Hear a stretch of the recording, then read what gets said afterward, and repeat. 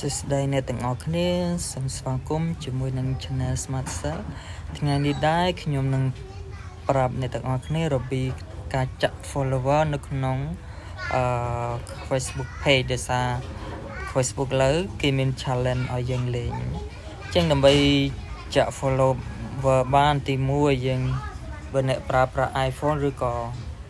នេះយើងចូលក្នុង Safari តមកយើងវាយពាក្យខ្មែរ SMM តមកយើងចុច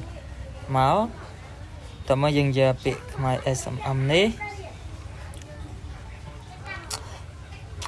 ចឹងអ្នកទាំងអស់គ្នា sign up Gmail មកតែសារខ្ញុំ sign up ហើយការ sign up Gmail គឺវាស្រួលអត់បាក់ទេចឹងទី1បងប្អូនត្រូវការបញ្ចូលលុយដើម្បីយើងមានលុយបានដើម្បីបានចាក់អញ្ចឹងដើម្បី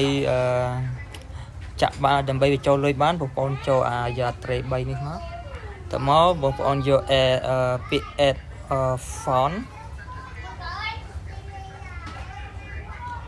អញ្ចឹងបងប្អូនឃើញអាសញ្ញា ABA 3 $1 $2 បងប្អូនចង់ចាក់$5ចង់បញ្ចូលលុយ$5ក៏បានអីក៏បានឧមាថាឥឡូវខ្ញុំចង់បញ្ចូល$1អញ្ចឹងវាមានតម្លៃមាន$3 $5 $1ឧមាថាខ្ញុំចង់ដាក់$1ចេះអូខេខ្ញុំចង់ដាក់$1តបមកបងប្អូនកុំអាចចុចតបមកយើងចុចលើ submit ចុះតបមកបងប្អូនយក Facebook របស់យើងយក account ABA របស់យើង scan ទៅវានឹងចេញឲ្យតែយូរពេកវានឹងកាត់ពេញអញ្ចឹងយើង scan វាអញ្ចឹងបន្ទាប់ពីយើងបញ្ចូលលុយហើយវានឹង load $1 ឬអញ្ចឹងខ្ញុំបានបញ្ចូល$1អញ្ចឹងឃើញនៅទីនេះអញ្ចឹងដើម្បីចាក់បានយើងចូលកន្លែងផ្នែក3នេះវិញតមកចូលមក new order នេះតមកគេមានច្រើនមែនថែមមាន category មានអីចឹងទៅមកលើចង់ចាក់អីចាក់Facebook page ចឹងយើងយក Facebook page មកចាក់ Facebook page តមកយើង copy link ចឹងដើម្បីបានយើងទៅ link page ដែលយើងចង់ចាក់